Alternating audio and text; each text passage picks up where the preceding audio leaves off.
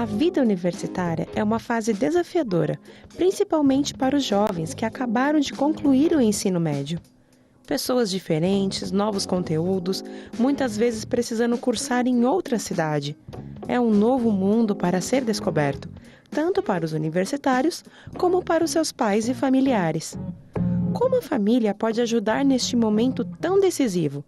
De quais maneiras os pais podem colaborar com o estudante? Vamos conversar mais sobre o assunto agora, no Bendita Hora. A gente vai falar sobre esse assunto da vida universitária em relação à família, as preocupações também daquele que começa uma universidade e também da família. Estou recebendo aqui a professora Ângela Antunes, pedagoga há 37 anos. 37. Seja bem-vinda. Obrigada. Professora. Muito obrigado, viu? Muito obrigado. Prazer. É muito importante a gente conversar sobre isso, porque tem muitas e muitas pessoas que estão nos acompanhando agora que têm, aí, ou os filhos estão se preparando para a universidade, ou estão na universidade, mas essa relação também da pessoa com a faculdade, com a universidade, com esse tempo novo. Obrigado de trazer para a gente luz nessa nossa reflexão aqui. Tá bom? São tantas mudanças, né, que estão acontecendo. É verdade, é verdade. Aliás, mudanças também culturais. Hoje a gente fala... um fenômeno novo, eu estava pensando, hoje a gente fala geração Y, Z, millennial, né? Cada uma tem uma característica própria, né? De agir na sociedade, também conhecendo, é interessante. É verdade. E desde o milênio, X, Y, Z, é tudo muito chato, essa coisa. Eu já vou falando, não é uma professora que estava lá, eu que estou falando. Você é milênio, né? Deve ser. Quem nasceu em 90 é milênio. Ah, não, você nasceu antes. Não, então é milênio mesmo. Aqui, professora, essa acaba sendo quais as grandes preocupações dos pais em relação a essa coisa da vida universitária dos filhos? Eu acho que a primeira grande preocupação é a grande mudança, né? Sim. Porque até então, mesmo no ensino médio, eles estão ali, estão em casa, você consegue acompanhar, querendo ou não, você vai na escola, você participa. E na universidade não é assim. Ele tem que voar, né? O passarinho saiu do ninho e vai voar. Então, a preocupação é justamente isso, você não ter certeza do que está acontecendo, né? Professor, mas existe uma coisa, eu percebo, assim, acabo conversando com muitos jovens, tá? Eu lembro que mais antigamente, quando você conversava com um adolescente, ele já tinha mais ou menos, você pergunta, o que você vai ser quando você crescer? Ele já falava uma coisa, e geralmente ele seguia aquele caminho. Hoje é uma indefinição muito grande do jovem, que de repente ele está terminando o ensino médio, a gente pergunta, você vai fazer o quê? Ele falou, eu não sei ainda. É verdade. O que a gente percebe na educação como um todo, desde a educação infantil, eles estão demorando mais para amadurecer, para chegar nos pontos que a gente precisava. Então, assim, talvez a nossa geração amadurecia mais rápido e tinha as opções mais prontas, porque a gente tinha que ir para o mundo. Não tinha como essa coisa de... E eles não, a culpa é nossa, a gente não deixa eles irem. Então a gente sempre brinca, eu ia com o cheque do meu pai em branco comprar o livro lá na Rua São Bento. Isso. E hoje eles não vão, eles não brincam na rua sozinhos, eles não fazem as coisas sozinhos, porque a gente tem medo da violência. Porque são os próprios pais que acabam fazendo isso, né? Sim, e aí o que a gente faz? A gente mantém eles no ninho mais tempo e eles demoram mais para amadurecer. Ô, professora, a questão dos pais, então tem essa coisa de deixar também os filhos, deixar eles saírem e tal. Então, quando a senhora fala dessa mudança de uma vida, mudança de faculdade, né? Mas é a mudança também, que muitas vezes acontece, é a mudança de local, de cidade, de estado, de coisa também, que é também difícil também. É muito difícil, você imagina. Hoje em dia, o jovem de hoje, ele passou 2 anos de pandemia dentro de casa. Toda a informação e tudo que ele precisa, ou está dentro de casa, ou vem no portão, ou está na telinha de alguma forma. Verdade. De repente, ele tem que sair de casa, morar sozinho, num lugar que ele não conhece ninguém. Então, assim, eu acho que cuidar da roupa, cuidar da roupa, da comida, de tudo isso. Estudar, dar conta de si, não tem colo para chegar, quando chegar em casa, não tem um colinho, não tem nada. Então, assim, eu acho que chega até a ser traumático. Traumático, né? Ele abre a gaveta, aí não tem as meias dobradas lá. Ele falou, então não está funcionando isso aqui. Ele descobre, né, que elas não vão sozinhas nem para lavar roupa, nem para gaveta. É verdade. E sai amarrotada, né? Agora, essa mudança que acontece, esse medo dessa mudança, é mais nos pais ou também naqueles que vão começar esse tempo novo na universidade? Eu acho que é nos pais. Nos pais, nos né? pais. Porque nós já passamos e a gente sabe quanto é difícil. Eles estão naquela assim, não, eu vou mudar, eu vou para a faculdade, eles estão conhecendo o mundo. Aquilo é verdade. E a gente já sabe quanto dói, às vezes, conhecer o mundo, ficar sozinho. E os pais querem evitar isso para os filhos. Quer evitar. E é o nosso grande erro, porque a gente só cresceu porque a gente passou. Então, toda vez que a gente fala assim, eu não quero que meu filho passe porque eu passei, e a gente está tirando dele a oportunidade de chegar pelo menos aonde a gente chegou. É verdade, é verdade, é verdade. Então, a gente está tirando essa oportunidade deles, porque assim, é igual machucado, cirurgia, só sara depois que dói. O luto só sara depois que dói. E a vida é assim, né? Tem que doer. Algumas coisas você tem que fazer, enfrentar, doer, e aí você cresce. Aí eles inventam hoje, os pais chamam assim, tem a síndrome do ninho vazio, né? Eu vou sentir, não sei o que, não sei o que. Eu lembro que uma vez eu perguntei, eu já falei isso aqui, uma vez eu perguntei para um pai, foi o Álvaro que eu perguntei, os filhos tinham saído de casa, eu falei, você está sentindo a síndrome do ninho vazio? Eu falei, agora eu estou sentindo a síndrome do bolso vazio, porque também. eu estou gastando, né, do bolso vazio que eu estou gastando. Mesmo que eles vão para a universidade pública, o gasto é muito alto. Grande, né? Eu passei por isso em casa, eu tive 3 ao mesmo tempo na universidade. E é um gasto enorme, mesmo sendo público, o gasto mesmo é muito sendo grande. Público. Porque existe toda a manutenção. Fora de casa também as coisas acontecem. Sim, material, as coisas que eles precisam. Mesmo que a universidade pública forneça algumas coisas, sempre falta alguma coisa. E a gente tem que... Alimentação, você vai deixar ele comer só no bandejão e depois, à noite, vai fazer o quê? Vai viver de miojo? Não dá, né? Muitos vivem, né? É verdade. Conciliar estágio e faculdade. Todos conseguem? Será? Veja esse VT. Basicamente, ser multitarefa é fazer várias coisas ao mesmo tempo. E de uns anos pra cá, isso se tornou uma habilidade que muitos se vangloriam em ter. E é aí que entra a questão da prioridade e saber conciliar, ter uma rotina de estágio e os estudos na faculdade. Adapte a sua rotina, saiba priorizar sua saúde, faça um bom planejamento e crie uma rotina de estudos.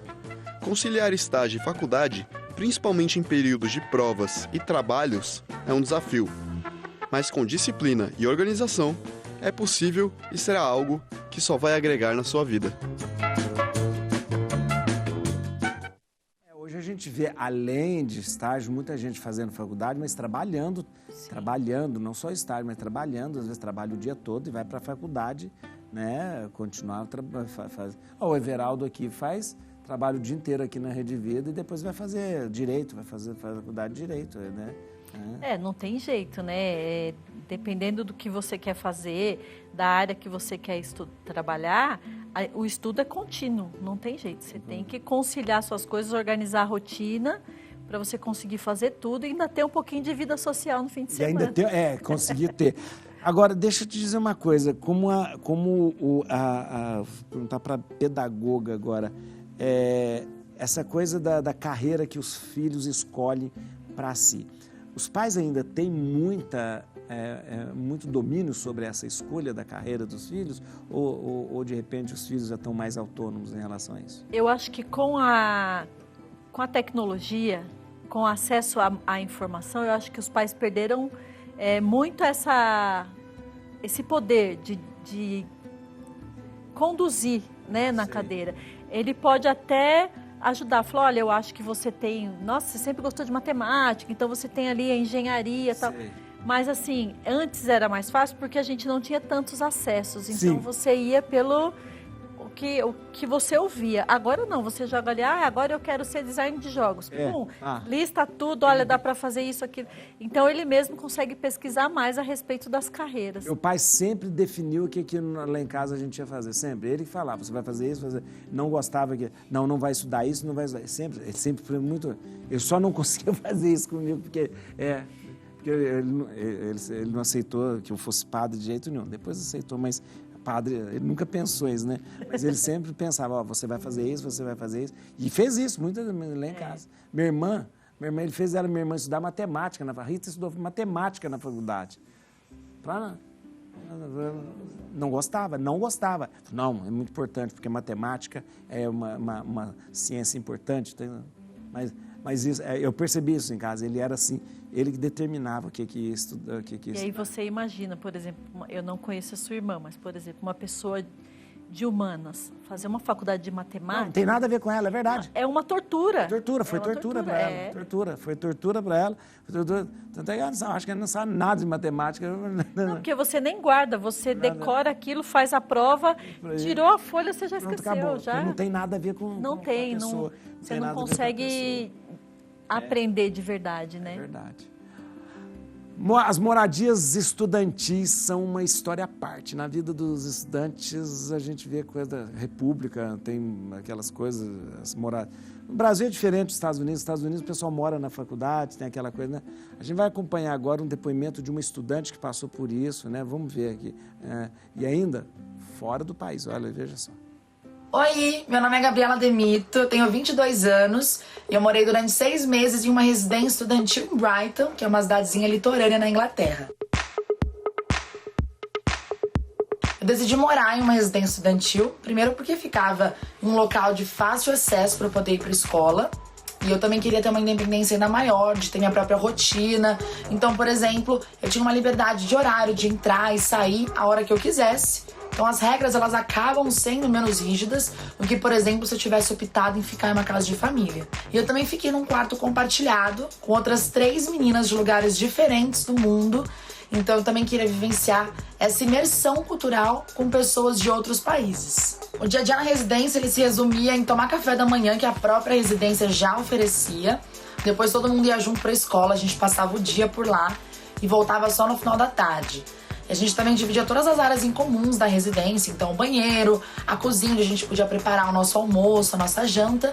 Também a sala de convivência, que a gente passava muito tempo por lá, conversando ou jogando algum jogo. Era um ambiente mesmo bem descontraído. Então, esse era um espaço muito legal pra gente poder fazer amizade e ter uma troca cultural ainda maior. Mas como todo lado positivo de morar em ambiente compartilhado, também tem muitos desafios, né? Primeiro que você acaba perdendo a sua privacidade, né, quando você vive num coletivo. Eu sempre pensava muito no próximo, então eu me limitava de fazer coisas que pudessem deixar as minhas colegas de quarto desconfortáveis.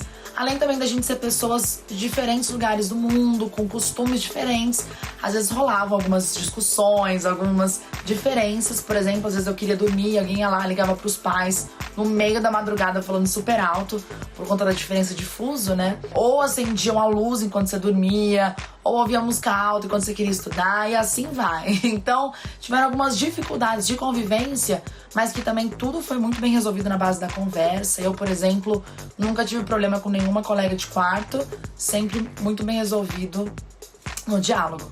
Foi muito importante pra mim morar na residência estudantil, porque primeiro eu desenvolvi muito a minha independência, de me virar completamente sozinha, cuidar do meu espaço, de lavar as minhas roupas, cozinhar, fazer compra, porque estando na minha própria casa eu tinha o suporte da minha mãe, né? Então foi muito bom pro meu crescimento pessoal.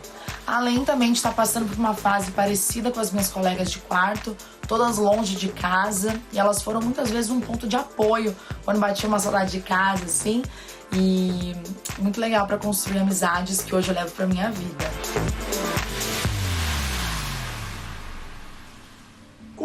Convento é assim, desse jeito, no convento, a vida inteira desse jeito. Assim, ninguém vai ligar o som alto. Não, o convento só não tinha som alto e não tinha... Mas é desse jeito mesmo, mesma coisa. Professor, essa coisa da moradia é uma grande preocupação para quem vai começar a faculdade. A gente tem essas modalidades de república, né? Na minha cidade, eu sou da cidade de Lavras é uma cidade universitária, e tem muitas repúblicas, essa cultura da república, muita república mesmo. Tem essa coisa das repúblicas, mas tem também essas residências que a própria universidade oferece, né?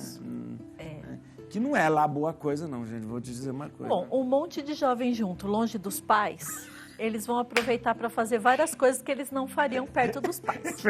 É verdade. Mas assim, é importante, o depoimento dela é muito interessante e a minha filha passou por um processo parecido, só que em Portugal. Em Portugal. E assim, é isso, caiu do ninho e foi viver. Então foram 6 meses que ela amadureceu 5 anos. vendo? Porque você viu que ela falou, teve que cuidar das próprias roupas, teve que aprender a conviver. Lá era um monte de jovens, então ela queria estudar, tinha som alto, e ela tinha que aprender a conviver. Se tivesse em casa, ela tinha tido um chilique. Isso mesmo. Isso, né? Aí lá não, aí tem que ser. Lá ela teve que aprender. Então, assim, vai levar para a vida essas normas de convivência que ela aprendeu na marra. Interessante, interessante. Agora, é uma coisa interessante essa coisa de conviver com outra, é muito, muito, muito bom, porque você vê mesmo os seus limites e aquilo que você tem. Isso é importantíssimo, acho que talvez seja, na vida universitária, uma das coisas que mais ajuda a pessoa no relacionamento. Depois, e começa também de valorizar o que ela tinha, né? Eu achei importante exatamente. também, né? De valorizar. Eu não dei café, só toma café. Toma. Peraí que eu vou dar café. O café a senhora toma com açúcar ou sem açúcar? Com açúcar. Oh, meu Deus do céu! Uma pessoa normal. Graças a Deus nós temos uma pessoa normal. Olha, que eu não aguento mais o pessoal da seita do café sem açúcar. Eu falo que é uma seita. Não é uma seita? É. Ah, tá vendo? Posso pôr? Eu pus uma inteira. Pode pôr. É uma seita, porque aí você fala, não, né? Aí a pessoa que toma café sem açúcar sempre acha que a gente que toma café com açúcar somos de um nível menos desenvolvido. Eu falo que uma pessoa que toma café sem açúcar, ela é capaz de qualquer coisa. É verdade, é verdade. Ó, e as famosas festas universitárias? Meu Deus! Faz muitos pais, os pais perderam o sono, os pais ficam pensando, meu Deus, o que vai ser? Vamos ver, veja SBT. As festas universitárias podem ser uma forma de socialização e diversão para os estudantes, mas também podem trazer riscos para a saúde, a segurança e o desempenho acadêmico. Alguns dos perigos das festas universitárias são o consumo excessivo de álcool e outras drogas, a perda de sono e de tempo de estudo, que pode afetar a concentração, a memória e o rendimento nas provas e trabalhos. A pressão social e a falta de limites, que podem levar a comportamentos imprudentes, irresponsáveis ou ilegais. Uma dica importante para quem quer aproveitar as festas universitárias é saber escolher bem os eventos que vai frequentar. Infelizmente, existem muitas festas que se aproveitam do nome universitária para atrair jovens, mas que não têm nenhuma relação com as entidades estudantis das universidades. Isso pode trazer riscos para a segurança e a qualidade do serviço prestado. Por isso, é preciso pesquisar antes de comprar o ingresso e verificar se a festa é organizada por algum grêmio, centro acadêmico ou diretório estudantil. Para evitar esses perigos, é importante ter consciência dos riscos, saber dizer não, respeitar o próprio corpo e o dos outros e buscar ajuda profissional se necessário. Uma festa universitária, você quer saber o que é uma festa universitária? É aquelas festas do BBB, deve ser daquele jeito, que é pior um pouquinho. Não, pior porque a gente vê que às vezes porque às vezes tem a chancela de universitário, parece que está tudo regularizado e não é assim. A gente teve uma experiência muito triste agora com as duas faculdades aqui em São Paulo, de demonstração, às vezes de ofensa, assédio, um monte de coisa. A pessoa ficou pelada lá, fazendo, né? Então foi um absurdo. Né? E médicos, né? Médicos estudando para... Não importa que seja médico, para qualquer coisa que esteja estudando. Né? Absurdo, né? É um absurdo. Essas preocupações, elas fazem parte da vida dos pais também, essa coisa dos pais... Sim, com certeza. Mas aí é aquela coisa assim de você saber o trabalho que você fez em casa. Muita coisa ali vem de casa, né? Nessa hora, tudo aquilo que você falou a vida inteira, que às vezes ele reclamou, que não sei o quê, vai estar em jogo nessa hora da festa, na hora do perigo, na hora... Isso é uma decisão que ele vai tomar, é uma decisão que ele vai tomar e depende também do trabalho que você fez em casa durante a vida dele inteira, né? Então, isso é nessa hora que coloca em jogo a educação que vem de casa. Sim, é verdade, é verdade. Porque, por exemplo, naquele caso dos estudantes que ficaram nus, né? O que aconteceu? Alguns ignoraram, outros saíram e outros denunciaram. Isso. Então, os que fizeram igual tiveram uma educação semelhante àqueles que ficaram nus.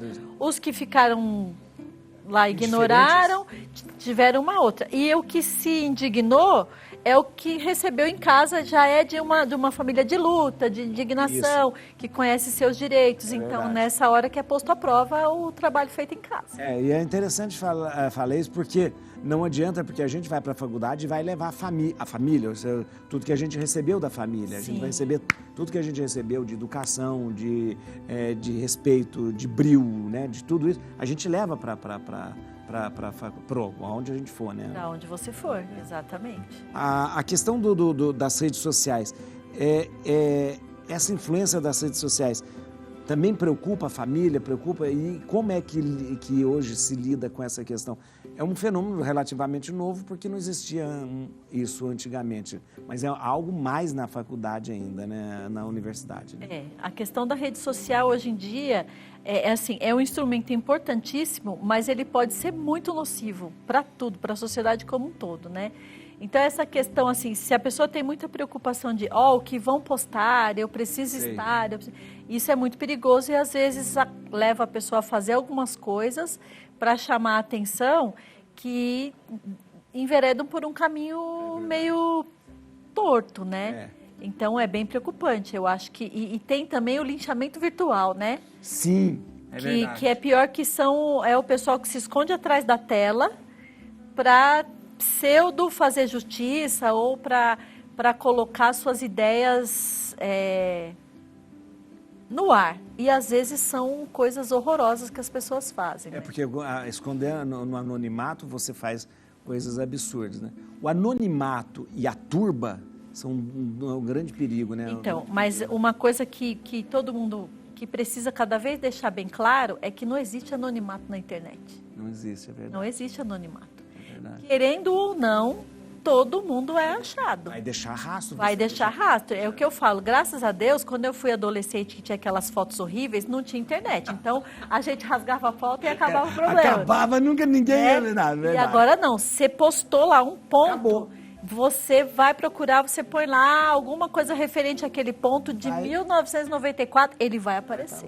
Vai estar lá. Então, assim, não tem anonimato. Então, as pessoas que fazem as coisas se achando anônimas também, elas têm que saber que não é.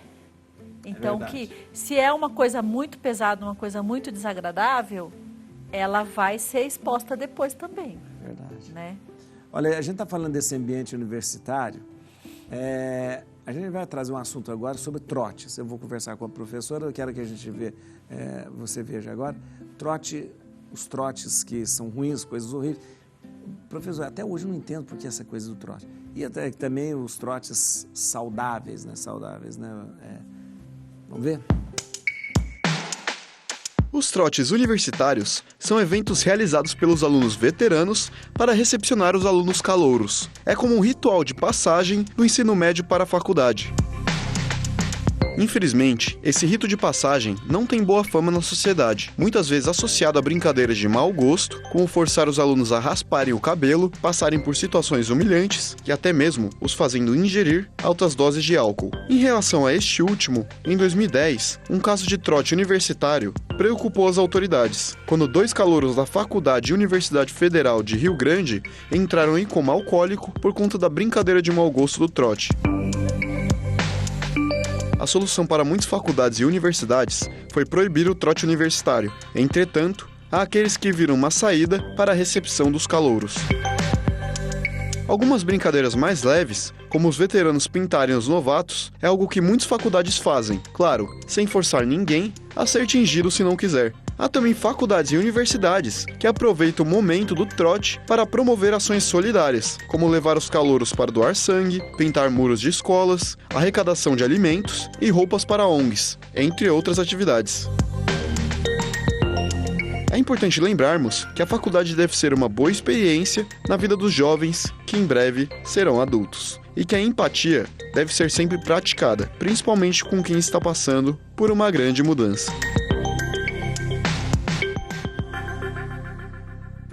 Primal do que fazer você vai fazer um rito de passagem para entrar na faculdade. Eu acho uma baboseira. Aqui na rua, na Pacaembu, volta e meia, eu acho que é o pessoal da FAP, né, que fica aqui.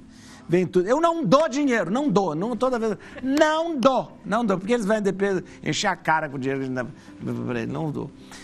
Vem tudo pintado, essa coisa do trote faz parte dessa cultura universitária, né?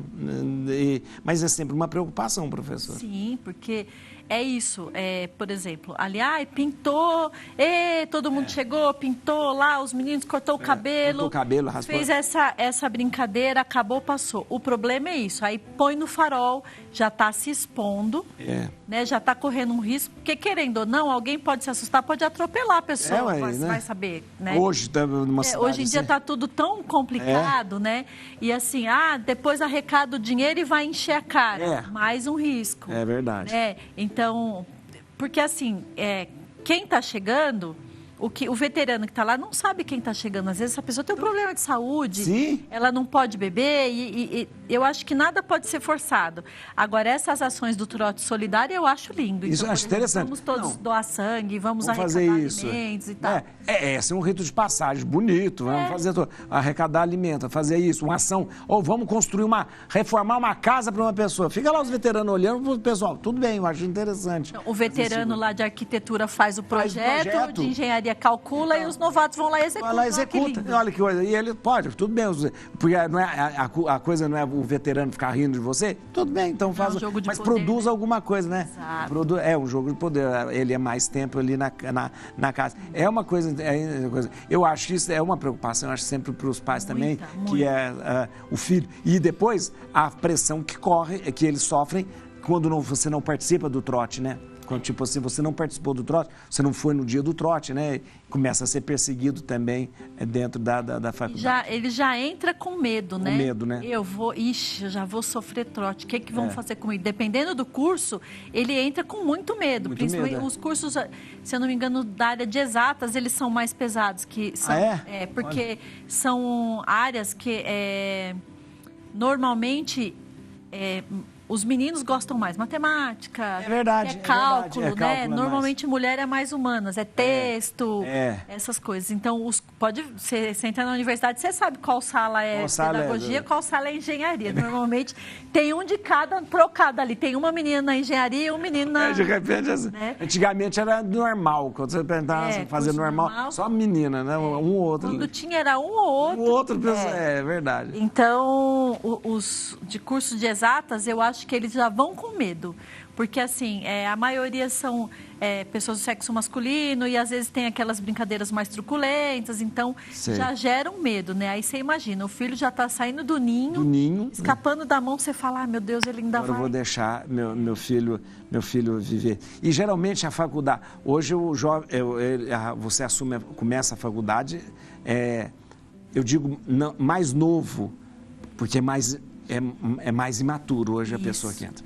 Não mais novo cronologicamente, mas a pessoa hoje com 22 anos, ela não é a mesma pessoa de 22 anos, 21 anos de 50 anos atrás, não é. Verdade. Não é. E hoje muitos estão iniciando a faculdade com 17 anos, 18, então você imagina.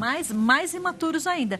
Da nossa geração, 17 já era imaturo. Sim. Hoje em dia, eles são mais imaturos ainda, então é mais sofrido. É bem mais sofrido. É bem mais sofrido. Agora, também não é prudente que a família também venha resguardar esse filho que vai para a faculdade, né? Ou seja, indo até ele, estando ao lado dele, porque isso não é produto... Não, porque, assim, por exemplo, você fala, eu vou no trote, vou levar meu filho. Aí ele olha e fala assim, ele vai ser o único com a mãe lá. Ele acaba virando chacota. É pior ainda, vai virar chacota. Tipo, lá vem o filhinho da mamãe. Então, em vez de melhorar, vai piorar a situação. É verdade. Então, eu acho que você tem que dar o apoio em casa, né? Aquela conversa em casa, qualquer coisa tá à disposição ali, mas ir junto não rola, não. Rodolfo, que já foi universitário, já viveu todos os trotes. Mesmo, né? Você teve trote também? Só o cabelo e... pintura, essas coisas. Teve festa? Nada abusivo. Nada. Mas assim, professora, como que seria o ideal para a pessoa que não gostaria de participar ou que está se sentindo de alguma maneira vulnerável, está se sentindo ofendida ou abusada de alguma maneira? Como que ela deveria agir no momento dessa abordagem dos veteranos? Como que ela pode sair dessa sem que ela seja perseguida durante todo o curso universitário? Então, eu acho que, para isso, a universidade tem que ter ali um lugar, até dentre os veteranos mesmo, que vão acolher quem não quer. E está tudo bem a pessoa não querer. Então, a universidade tem que falar assim, ó, você é veterano, você não gosta, então vem cá, vocês vão acolher os que não querem. Porque, às vezes, a pessoa, por exemplo, uma pessoa que tem o transtorno do espectro autista, ela não gosta, ela não vai e ela vai ter... É verdade. Daquela multidão, daquela confusão, não gosta. Então, assim, as universidades têm que preparar grupos de pessoas que vão acolher essas pessoas. E as outras têm que entender que está tudo bem aquela pessoa não querer participar, né? Tem que ter o respeito...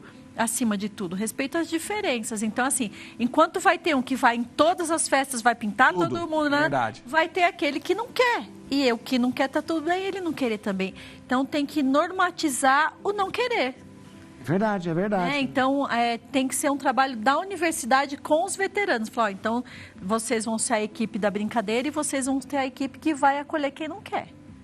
Né? E mesmo coisa, umas pessoas que vão olhar ali, olha, tá tendo um abuso, ó, você tá se excedendo, tem que ter. É verdade. Porque assim, mesmo num grupo grande, quando você sai num grupo grande de amigos, sempre tem o que olha, o que fala, ó, cuidado, é verdade. Ó, pera. Então sempre tem aquelas moderador, pessoas... um moderador. Exato, moderador, mediação de conflito, então tem que ter. Ah, mas a universidade não gosta de trote. Gente, vamos falar a real, vai acontecer. Então, vamos nos preparar não adianta. Acho que às vezes até é uma maneira da universidade lavar as mãos, né? Porque sabe que do portão para fora vai ter, e às vezes uma maneira muito mais violenta, né? Muito mais forte. Então, mas assim, ela tampa o sol com a peneira, porque assim... Se ela sabe que vai acontecer lá fora, aconteceu alguma coisa igual naqueles jogos estudantis. Qual é a sua faculdade, bem? A faculdade tal. Então, vai estourar onde? Na faculdade. Então, é muito mais fácil ela falar, gente, ó, eu sei que vai acontecer, então vamos nos preparar. Ó, vai ter isso aqui, essa equipe minha é para isso. Eu vou mandar lá minha equipe de mediação de conflito para participar, para acolher. Porque o nome da faculdade vai estar lá. Então, não adianta fazer de conta que não está acontecendo, porque se acontecer alguma coisa errada, vai estourar na faculdade. Igual eles tiveram que tomar providências, expulsar os alunos, depois reviram lá que eles tinham sido obrigados pelos veteranos, mas não expulsou os veteranos. Deveria ter expulsado os veteranos. É verdade. Né? Então, ela tem que se preparar para isso. Sabe, quando a criança está andando, tem um degrau ali, você fala, ele não vai cair, não. Aí daqui a pouco a criança fala, cai e se machuca toda. Não, então vamos prevenir, vamos colocar uma barreirinha ali, acabamos o problema. Não faz mal que ele vai cair na casa da vizinha, você acabou com o problema. Né? É verdade. Então, né? Acabou o tempo! Rodolfo, falei, tava tão bom a gente falar mal dos trotes. Aqui, queria agradecer, muito obrigado, professora. Atenção, eu queria que você seguisse a professora Ângela Antunes no Instagram. O Instagram dela é Ângela Antu, não Antunes todo. Santo. Ângela Antu. Até aqui, ó. @Ângela Antu. Pode seguir a professora aí, né? A professora Ângela Antunes, pedagoga. Muito obrigado por tanto esclarecimento, por nos ajudar a pensar, a refletir. Muito obrigado, viu, professora? Fiquei muito feliz de ter vindo aqui ficar lá com a gente. Fiquei muito contente. A gente vai encerrar o programa de hoje com um clipe Nosso Quadro, da cantora Ana Castela. Ana Castela, nosso quadro. Ela é sertanejo universitário? Aqui. Tem outra coisa, é sertanejo universitário. O sertanejo, nenhum deles são universitários, mas é tudo sertanejo universitário. Mas, universitário escuta. Universitário escuta. Obrigado, viu? Amanhã a gente encontra meio-dia no Rosário da Vida. Deus abençoe vocês.